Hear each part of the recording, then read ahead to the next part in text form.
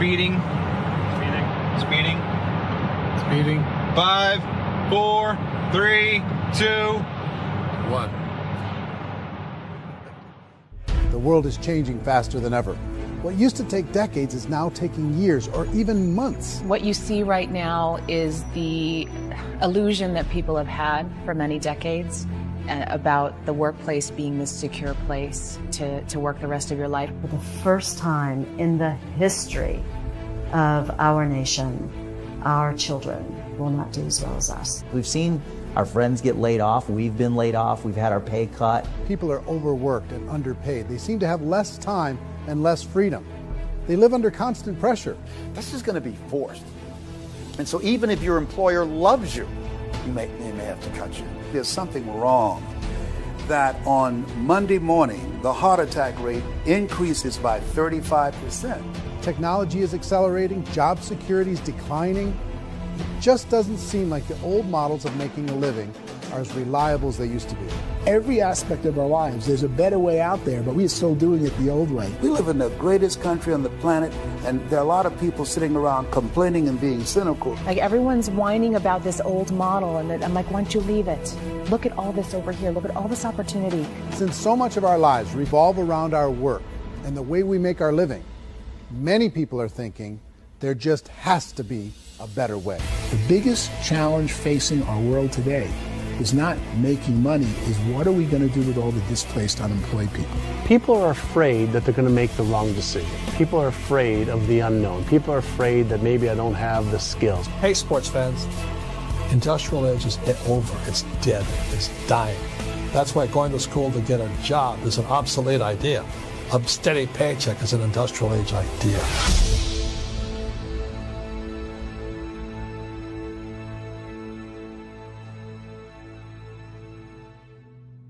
It's the search for answers that has brought us here together today.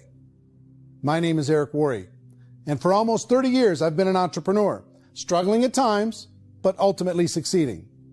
As a best-selling author, speaker, and business owner, I've spent my entire career helping millions of people around the world to become entrepreneurs. And I believe strongly that there is, in fact, a better way when it comes to how we make a living.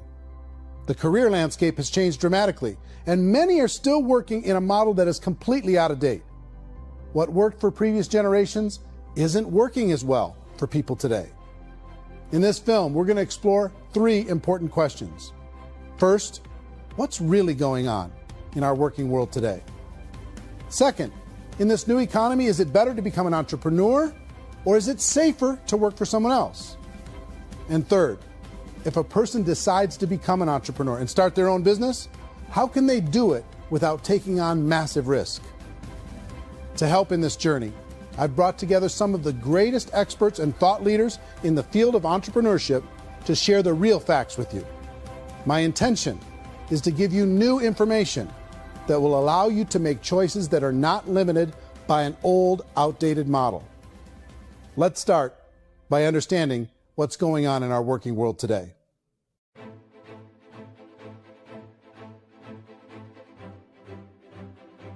Let's look at unemployment. 30–40% of the people are honestly not working, but would be working. What our government does is if you haven't found a job in 6 months, we don't call you unemployed. We pretend you dropped out of the labor force. I've often said that unemployment, particularly structural unemployment, that's unemployment due to technological changes, is the first sign of economic growth. Think of it, 10 people live on an island. They go out every day and fish. One day, new technology shows up. A missionary brings them a net. Now, using the net, one pilots the boat, one throws the net. 2 fishermen can do all the work 10 used to. That's a 500% increase in productivity, 2 doing the work of 10, in one day. You don't have to learn a lot to learn how to throw a net instead of throw a fishing line. The island's got a big problem, 80% unemployment. But the island still has all the wealth of the fish because the 2 people produce as much fish as 10 did. Now, of course, looking back in history, these changes used to take thousands of years. And during that time, we went into farming and transportation. Some of us became doctors and some teachers and lawyers, and we developed all these new professions and new manufacturing jobs. Today, these changes are occurring literally in one day when a new technological advance occurs, and we don't have the social structures to deal with it or to retrain the unemployed people. So one of the things that I think is interesting as I travel across the country and really travel around the world is the way that we work and the way we get paid for work is changing pretty dramatically. On a global basis, everything is being turned upside down because of the rapidly advancing technologies.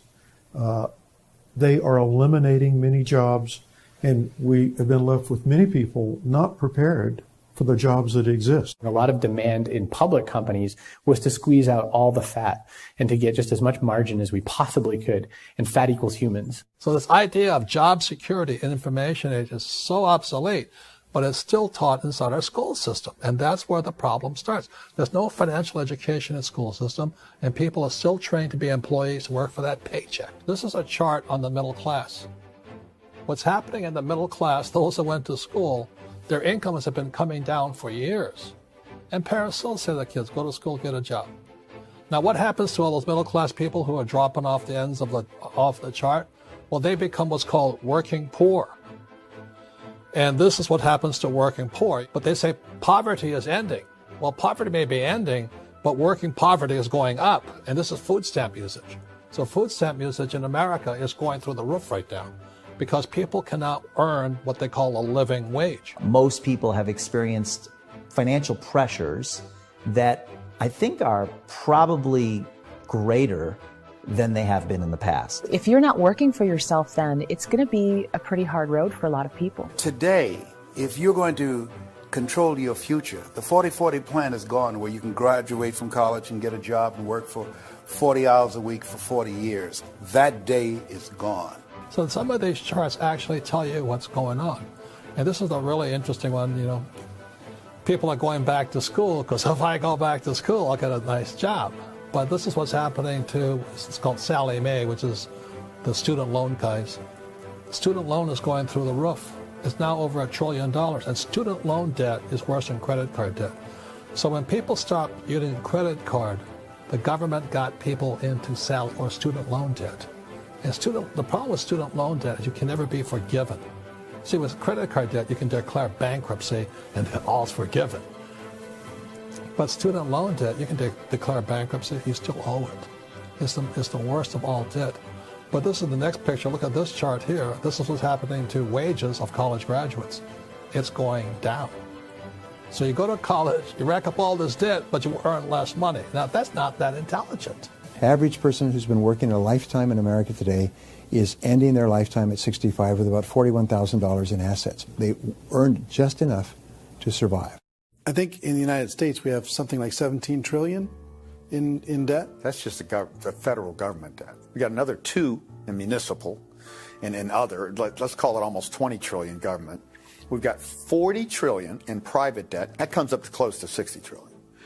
When you then add something we never had before, what you were talking about, when we look at the unfunded portion of Social Security and primarily Medicare, Medicaid, that at the most conservative estimates from outside firms, Kleiner Perkins, 67 trillion and growing.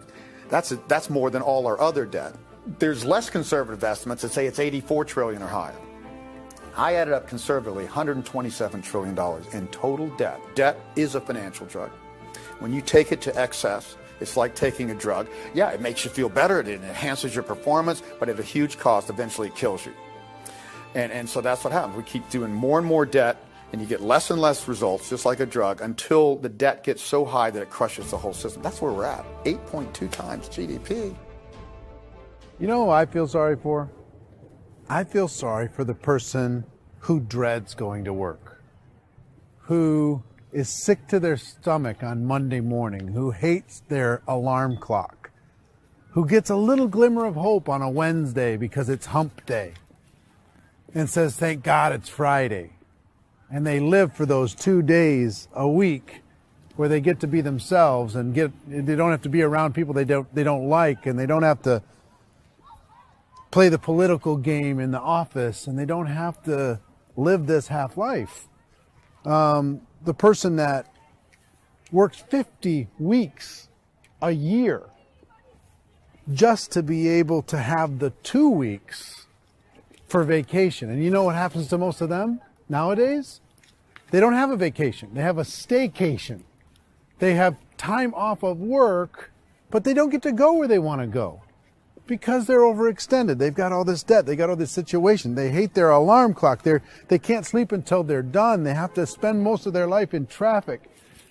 I feel sorry for that group of people because there's a better way. They just don't know it. I see this really interesting attempt at rugged individuality in a 6x8 rectangle. And I feel like you're all the same, except for the little push pins of the pictures. There's different pictures. Yours is named Jenny and his is named Sujara, but it's the same people. And this is how they are, and they're just like the zombies, and there's no joy in there, there's no fun. There's always like the wacky woman who decorates her cubicle, and that's the most she can do there. You got to give her credits, right? The wacky cubicle woman. The basis for their life is worry. I'm worried, you know, maybe I'll get fired. I'm worried maybe my company will go out of business. I'm worried I can't keep spinning the plates on paying the bills. I'm worried about how do I send my kids to college. I'm worried, what if the transmission in my car breaks? That's, you know, 2 or 3, I can't fix it. People live in a sea of worry, and it eats at them. Those signs that people held up during the Depression didn't say looking for gainful employment in a cubicle. It said looking for work. Work is what we're looking for. Job is just a unit of measurement. Work is what we're going after. It's time to look in the mirror and say, it's not the economy, it's my economy. It's my little world of where I am. I need to improve. I'm not going to wait for the economy to come back because, frankly, the economy is doing great in this country. So I'm here on Wall Street, the financial center of the universe, the financial capital of the world. This is where most people's money goes to at least be held for a time, right?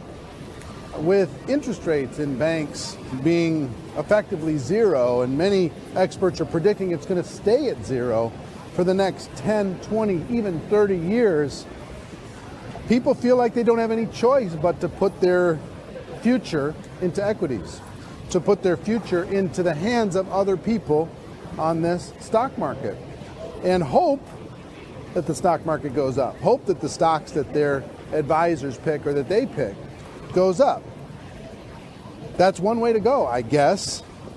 It's my personal belief that if you put your future into the hands of yourself, in other words, you have earning power by yourself, I think you're a better investment than these guys.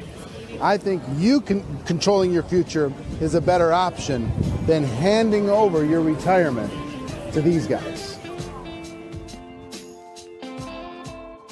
The average household income in the United States is approximately $50,000 a year, what they call the middle class. To reach the top 25% of income earners, you need to earn at least $90,000 a year. To reach the top 10% would be a household income of $140,000, the top 5%, $190,000, and to be in the top 1%, you'd need a combined household income of at least $380,000 a year. So here's the question.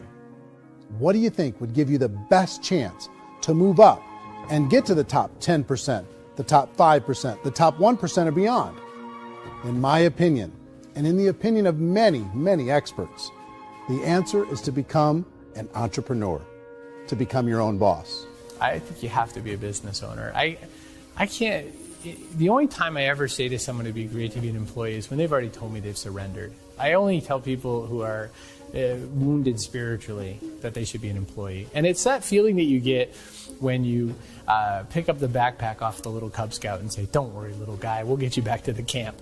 You know, it is in no way a kindness when I tell someone they'd be a great employee. The other status symbol really increasingly is lifestyle. I mean, people can own their own business, maybe even work out of their house. That, I tell you, people admire that. Like, gosh, I wish I could do that. The spirit of the entrepreneur is to be a risk taker and to be resourceful and unstoppable and to have a vision of yourself beyond where you are and not willing to settle for life as it is. Think about the great entrepreneurs. They're visionary. They have heart. They're willing to do today what others won't so they can do tomorrow what others can't. Personally, I don't think of the new economy, the old economy. I create my own economy. The entrepreneur's in control. I decide what the economy is going to be like. In the world of entrepreneurship, there are no limits. you can make as much as you want, depending on how much you want to work and how smart you are and how great a team you put together. There's no more lifetime rewarding business than being an entrepreneur. Why in America, where anyone could be anything, would people want to give up their freedom and become effectively a modern-day slave, told shut up and be here every morning at 7:30, leave at 5:30, and do what I tell you? If people decide to become an entrepreneur and work for themselves, they have some traditional options, but they're riskier than you might think. Any kind of a retail business, retail build-outs, is extremely expensive. Even just these small little yogurt stores where they're putting little yogurt machines and you get all the different flavors, you're spending $200,000, $300,000, $400,000 to open a yogurt shop. I would love to buy a Dunkin' Donuts, but it's $500,000 or so to start.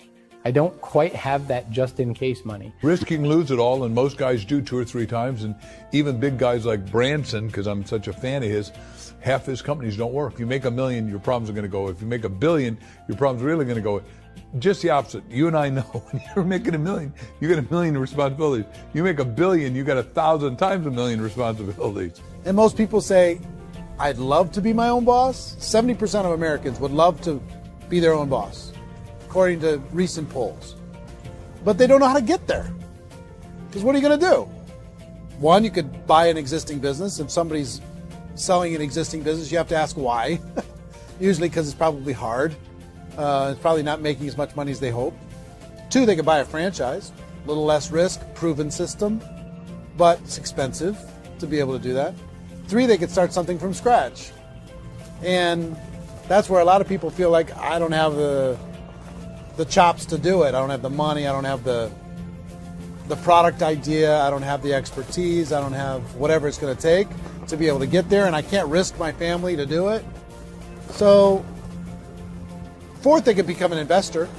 A lot of people in this town invest to try and figure out a way, but you got to be pretty smart with that game too, right? Venture capitalists, who are the very best and most sophisticated in investing in new breakthrough businesses, make it on 1 out of 11.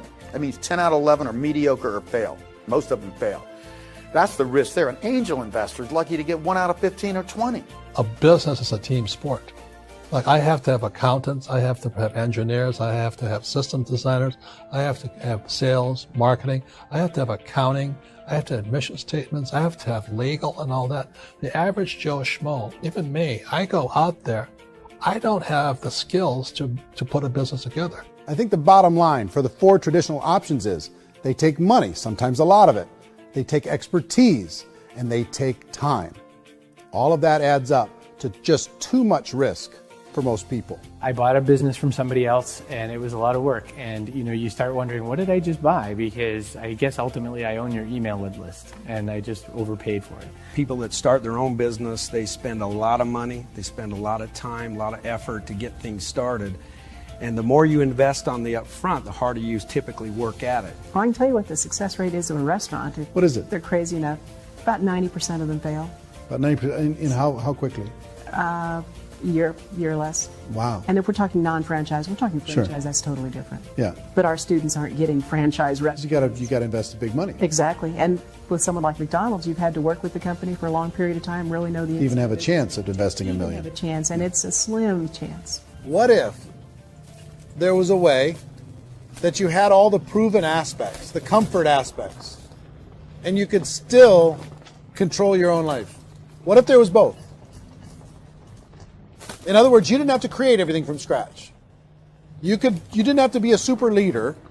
All you had to do, what if there was a proven product already? You didn't have to create the product. And there's a proven system already, proven training already. Everything except an employer. That was the only thing that you didn't have. Do you think more people would be open to working for themselves in that environment?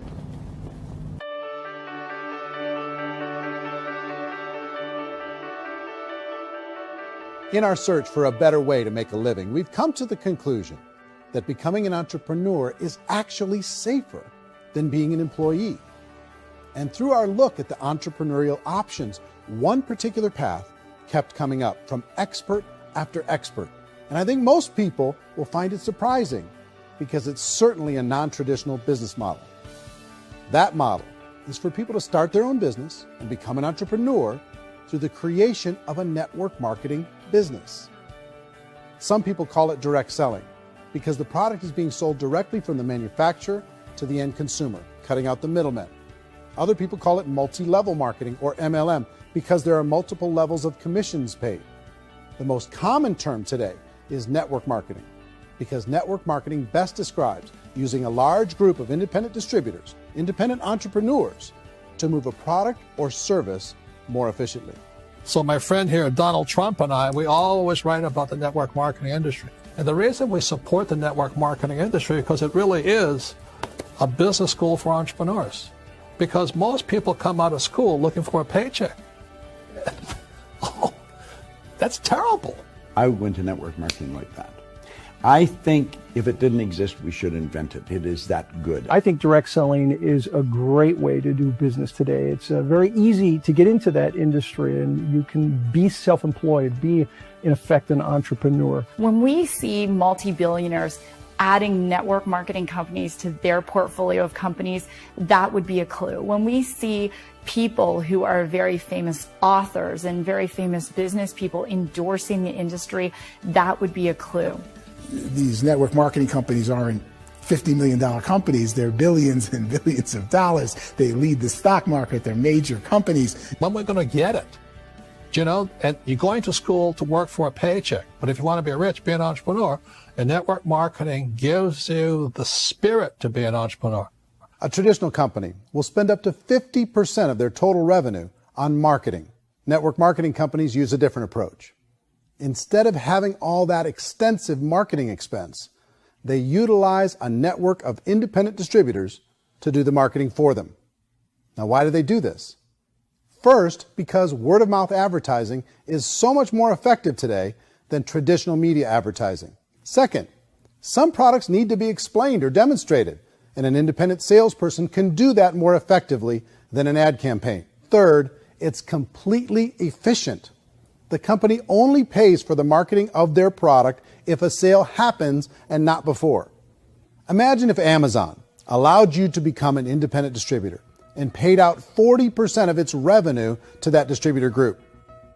All you had to do as a distributor was recommend a product, and if a person bought it on Amazon, Amazon would take care of all the logistics, and you'd get paid for bringing the customer.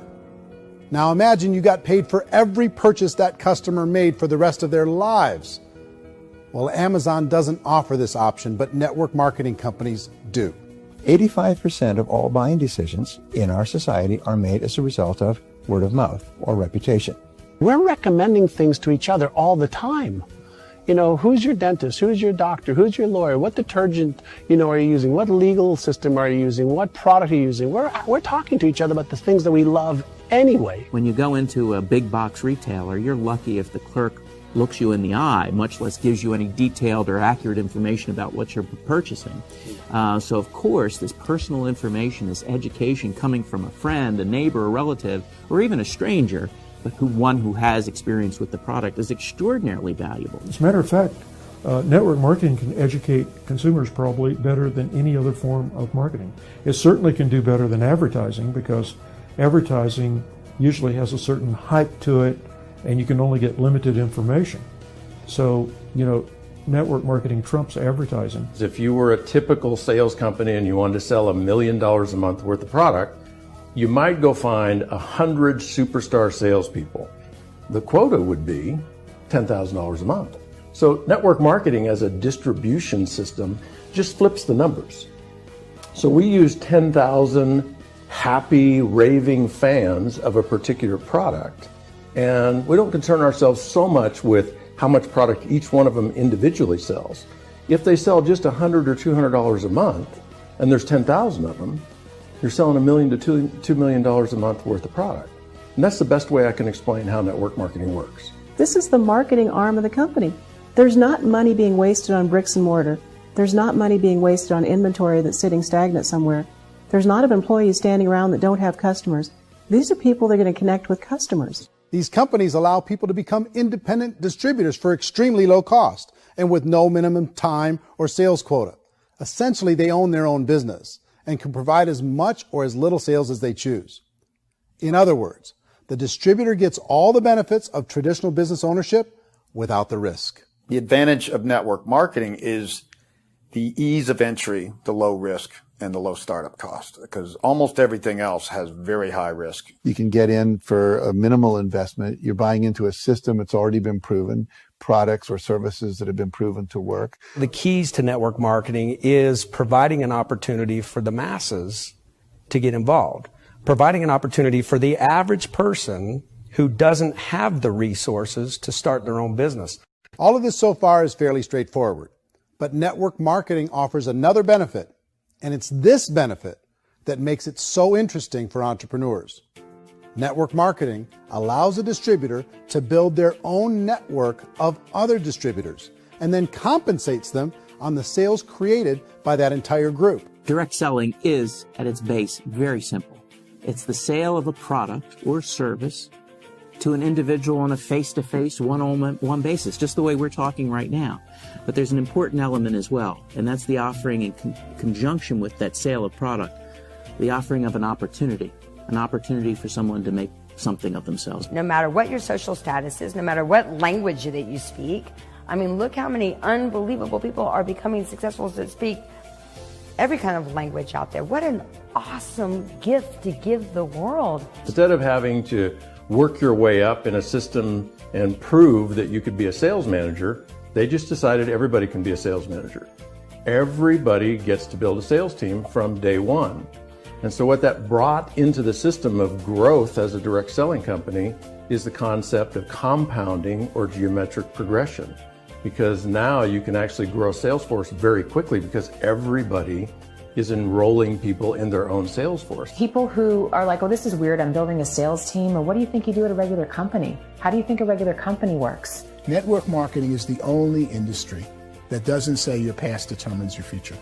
It looks at your past and says, okay, now what can we train you to do so you can have a great future?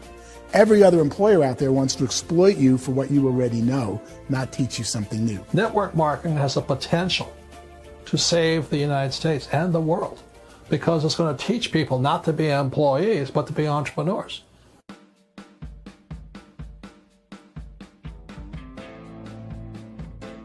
According to the Direct Selling Association, if you add up all the network marketing companies around the world, they combine to do over $178 billion a year in retail sales. To give you an idea of how big that really is, the NFL, the National Football League, does approximately $9 billion a year. The music industry does a little more than $16 billion a year, and the movie industry does about $80 billion a year. Using a conservative average, network marketing companies pay their distributors about 40% of that $178 billion in the form of commissions, which adds up to more than $71 billion a year. That's almost $6 billion a month. It's almost $200 million in commissions every single day. So it's certainly working, and people are making serious money in network marketing.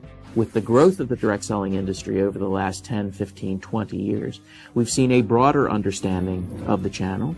We have seen more and more people getting involved in the business, so our penetration in the marketplace has increased, and thus the understanding in the marketplace of who we are has increased. And we've seen non-direct selling companies look at the direct selling model and say, something's going on there. People are making money. Companies are being profitable, individuals are being motivated, product is being delivered to market. Maybe we should explore this. Some people think only the people at the top make money. Well, let's take a look at that as well. In the network marketing profession, there are roughly 500 people in the world who earn over $1 million a year.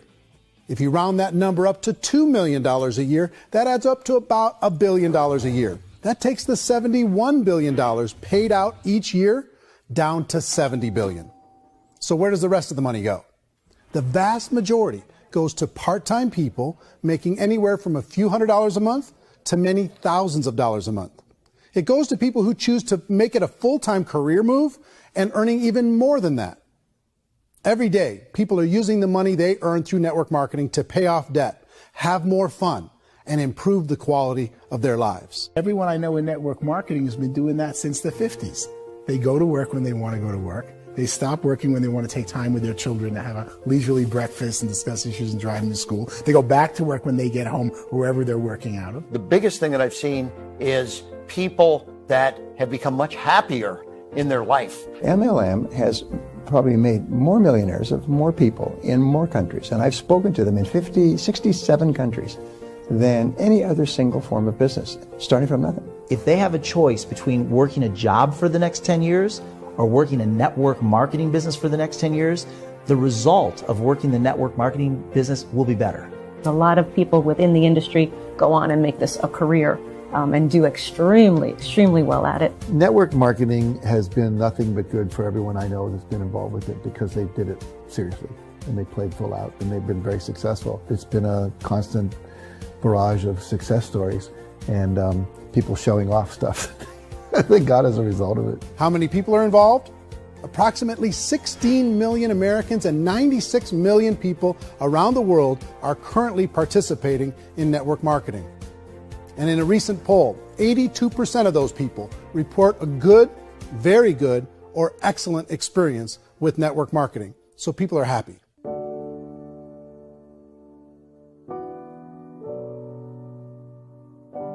So I've taken a look at the network marketing profession and really tried to understand why so many people are confused as to the validity of this as a business. One is this pyramid shape. People get really messed up with this pyramid. Oh, it's one of those pyramid things. So I just think there are a lot of haters out there who really don't understand the industry and say, oh, it's a get-rich-quick scheme. It's a pyramid. Well, corporate America is a pyramid scheme. You know what I mean? It goes like this. You have thousands of MBAs, let's say working for Ford or General Motors or Coca-Cola. If all these MBAs, they're all trying to get to here, that's a pyramid. Only one guy's going to make it. Every 10 years, one's going to make it. Whereas you look at network marketing, it's like this. So you're here, and your job is to develop other CEOs coming up behind you. So it's an inverse pyramid. In network marketing, it's a very simple concept. If you sell product, you get paid. It is paid based on production. There is no first mover's advantage. There is no investment component where the more somebody spends, the more they're entitled to make. So the two are polar opposites of each other. It doesn't matter what shape the company is or the compensation plan is shaped, whether it's a circle or a pyramid or a triangle or a trapezoid, it doesn't matter. If compensation is coming primarily from recruitment, then you've got a problem. On the other hand, if an operation is basing their compensation to participants on the basis of sales, even when those sales are generated by people you've recruited, well, then you're a perfectly legitimate enterprise. That's the legal test. It's the practical test. Another issue that's been true in the past that is no longer true now is people used to be in network marketing loaded up with products that they couldn't sell and they ended up a loser. They ended up with a bunch of product in their garage. They ended up with a bunch of products sitting in their kitchen shelves or whatever. And they thought they could sell it and then they weren't willing to or able to sell it. And they ended up with a bunch of stuff and they were bitter about it. There was this thing called front loading where you had to buy if you bought $25,000 worth of product, you got better commissions and all this. Today, it's almost all done by computer. It's direct mail, comes from a warehouse somewhere else. You don't have to have all this inventory. You don't have to stock up. It's a paperless world now. Most of it's done online. You have a back office. It really works. And the technology has changed everything. Third issue is people start talking about 99% of people in network marketing don't make any money. Well, we've talked about that over the course of this journey together. Almost $200 million a day is being paid out to network marketing distributors around the world. The naysayers, the people who say that it doesn't work, are usually the ones who just don't know how to make it work for themselves. And so they're giving you an opinion, and I tell people, don't confuse people's opinions with expertise, because opinions are free. And don't confuse sincerity with the truth, because people can be sincerely wrong. But here's the reality inside of network marketing. The vast majority of people that get involved in network marketing just become customers, and they get involved to be able to purchase product at a lower price. If you take Costco as an example, if a person goes into Costco and gets a membership to Costco so they can get a lower price on the product, we don't call that person a loser because they have a bunch of product that they walked out with with a smile on their face. Yet when some people want to take a look at network marketing, they say, well, those people, they're just using the product and they aren't earning an income, so they must be a loser. They're not a loser, they're a happy customer. That's the vast majority of people that are involved in network marketing. Now, a smaller percentage of those people decide to go build a business. They earn $300 a month, $500 a month, $1,000, $2,000. That's the bulk of earnings in network marketing. And then there's the few that really decide to take it serious, really decide to build a large network, really work to make that network very, very productive. And those people make huge amounts of money and there's no cap. What I do as an outside economist, just somebody looking at this industry like any other industry I speak in, and say, look, what's the realities of this? 1% do incredibly well. 10% generate some additional income at pretty low risk and effort. That's not, and 90% of people roughly end up customers.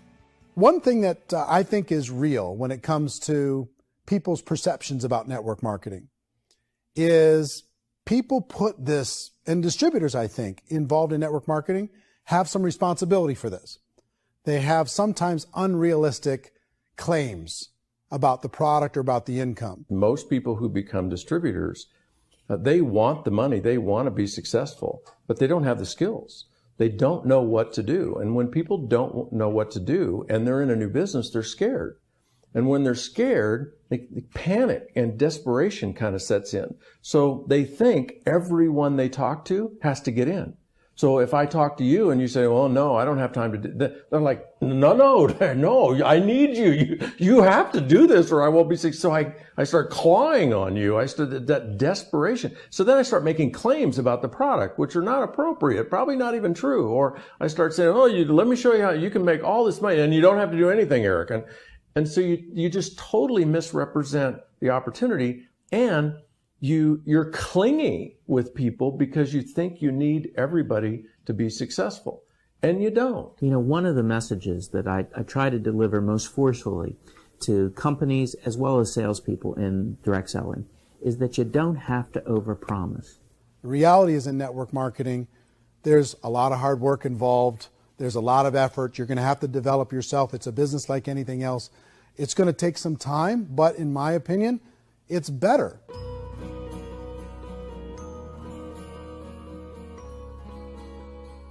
It's light years better for people starting today than it was even 5 years ago. I think it's more widely accepted now, and people understand it is a business. It is being an entrepreneur. It is being a business owner. Our belief system is based upon our evaluation of something. And frequently, if we reevaluate a situation, our belief about that situation will change. The industry has changed and it's grown up. It's totally transformed. You've got young people today that have grown up with social media, and they understand networks. They understand how people are connected through technology, and they understand how money flows through those networks.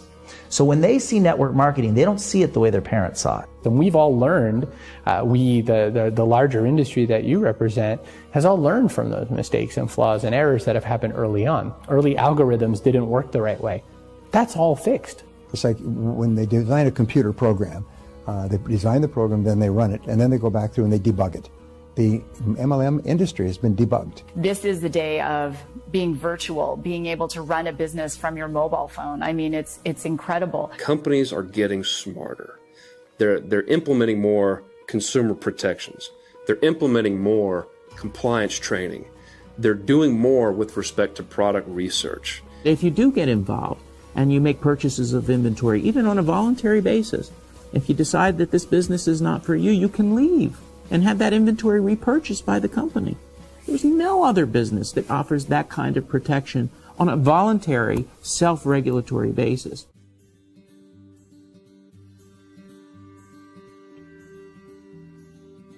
If you decide to look further into a network marketing business in order to generate more cash flow for your family, I would recommend reviewing the following 4 elements.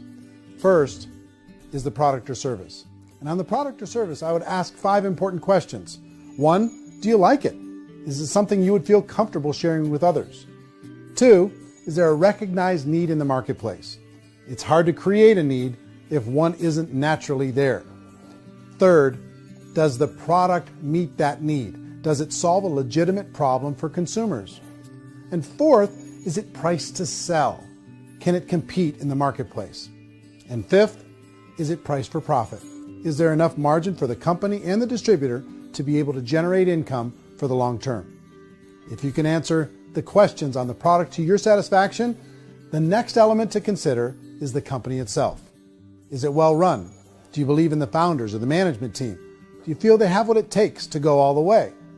See, it doesn't matter how good the product is if the management can't take care of the company.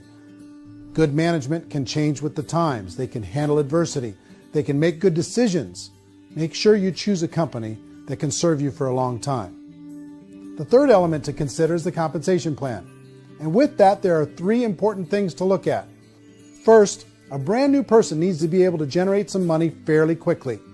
It may be an obvious reason, but you can probably imagine the ripple effect of a distributor getting involved and having even a small victory fast. That can only help with the overall success of the organization. Second, a person should be able to develop a moderate part-time income in a reasonable period of time. As they develop their network and as their sales grow, they should be able to enjoy more benefits. And third, for the people who are really serious, for those who decide to really go pro in the network marketing profession, there should be the possibility to make a serious full-time income if they work hard and are committed to developing their skills. If you're comfortable with the product, the company, and the compensation plan, the last thing you should look at is the support that will be made available to you. Does the company have a website?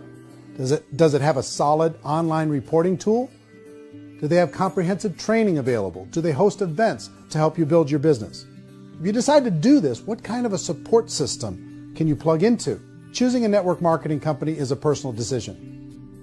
But evaluating the 4 elements of product, company, compensation plan, and support is a great place to start. Is the company promising that you're going to get rich quick or that you can make a lot of money without a lot of effort? That's a red flag. Is there a product that you really believe in that you think can be sold?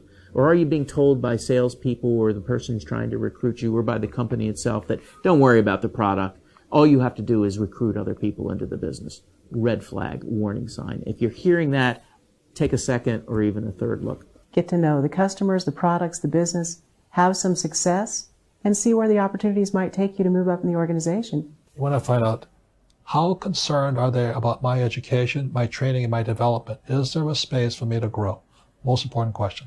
Learn everything that you can about the product. Make sure it's something that you believe in, and learn everything you can about the industry and work that system. You have to be very passionate about whatever that company is doing. I would get involved. You can always test drive anything, the product, the service, the community, and then lean into it a bit. If it feels good, then lean into it a lot. Behind me is the Lincoln Memorial. And this is a place where Martin Luther King Jr. had his famous "I Have a Dream" speech. And at that speech, he talked about his dream for equality for everyone around the world, and that's a noble dream. But I think more people need to remember what it was like when they were kids and the dream was still alive in them, before it got beaten out of them by reality, by this paycheck, by these responsibilities, and by having to live for this job to pay the bills.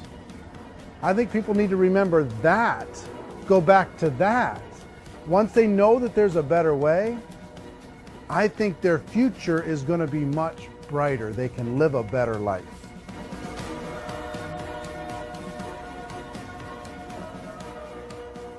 So if you're considering getting involved in a network marketing company, let me offer you just a few pieces of advice. First, network marketing isn't perfect. It's emotional, it's challenging. Like any entrepreneurial venture, it can have its up days and its down days. But if you have an entrepreneurial bone in your body, it's just better. Second, if you're going to do it, decide to be professional. Decide to go pro. It's better to do that than just be this amateur sticking your toe in the water. Third, as any professional, you're going to have to learn some new skills. And I promise you, inside of the network marketing profession, they're not too difficult to learn. Fourth, like anything worthwhile, it's going to take some time. Don't expect that you're going to get to the finish line right out of the gate. And fifth, it's worth it. It's worth it to be able to take charge of your life again. It's worth it to be able to control your own financial situation. It's worth it for the people you're going to be able to spend time with. It's worth it for the things you're going to be able to see and the experiences you're going to be able to experience. It's worth it for the causes you're going to be able to contribute to, the lives you're going to be able to touch, the customers you're going to be able to help, the friendships you're going to be able to develop. I promise you, it's worth it. Remember, most people are searching for answers just like you are. But I do have to tell you the catch to network marketing. If there is a catch, if you want to understand this from an emotional point of view, people say, well, it sounds too good to be true. It's not. It's hard work. But here's the catch. Most people still don't understand it. So you're going to have to endure the loss of social esteem from ignorant people. The uneducated will think less of you. Now, if you can handle that, you're on your way. If that's going to destroy you, you know what? Entrepreneurship in general probably isn't in your future. If you can face that catch, you can become unstoppable. I want everyone to really contemplate this if they're not in network marketing. You're in a job, you probably have a mortgage, you have rent, you have debt, whatever's going on. You're in a prison. You work just hard enough to keep them from firing you, and they pay you just enough to keep you from quitting. Come on! I've been there, done that, and bought that t-shirt. In network marketing, if you run into failure, it's really just a homework lesson for yourself. There's no one to blame. You really have no excuse not to be successful. You just don't. People don't want to hear that, but there's so much available to you. If you want to be a good network marketer, be a student to the people above you, be a fellow traveler to the people on the same level, and be a teacher to those below, and know when it's appropriate to do which. People who are not afraid of asking people to buy things, or not afraid of persuading people with the chance they may say no, these people own the future. Nothing happens until something moves. So you got to go move, you got to go do something, or nothing's going to change in your life. In the beginning, you're going to do a lot of things that you don't get paid for. But as you go down the road, you get paid for a lot of things that you don't do. And your job is rehabilitate the spirit, the entrepreneur spirit in all of us. You get it back. Either give it a strong yes or a strong no, but no wishy-washy, dilly-dally stuff in the middle. There's dreams and there are nightmares, but I believe that the biggest nightmare of all is when you don't pursue your dream. You're going to see some monumental growth in this profession. It's an exciting, exciting time to be involved with the network marketing profession. The next 10 years, I see just exponential growth. When that tipping point comes, it's not a matter of asking somebody, have you ever heard about network marketing? You're really asking them, which company are you building your wealth in? We are here to fix the world, to improve relationships with other people, to improve other lives. And the real reward comes as an entrepreneur at any level from teaching somebody something and watching them soar. There is no greater reward.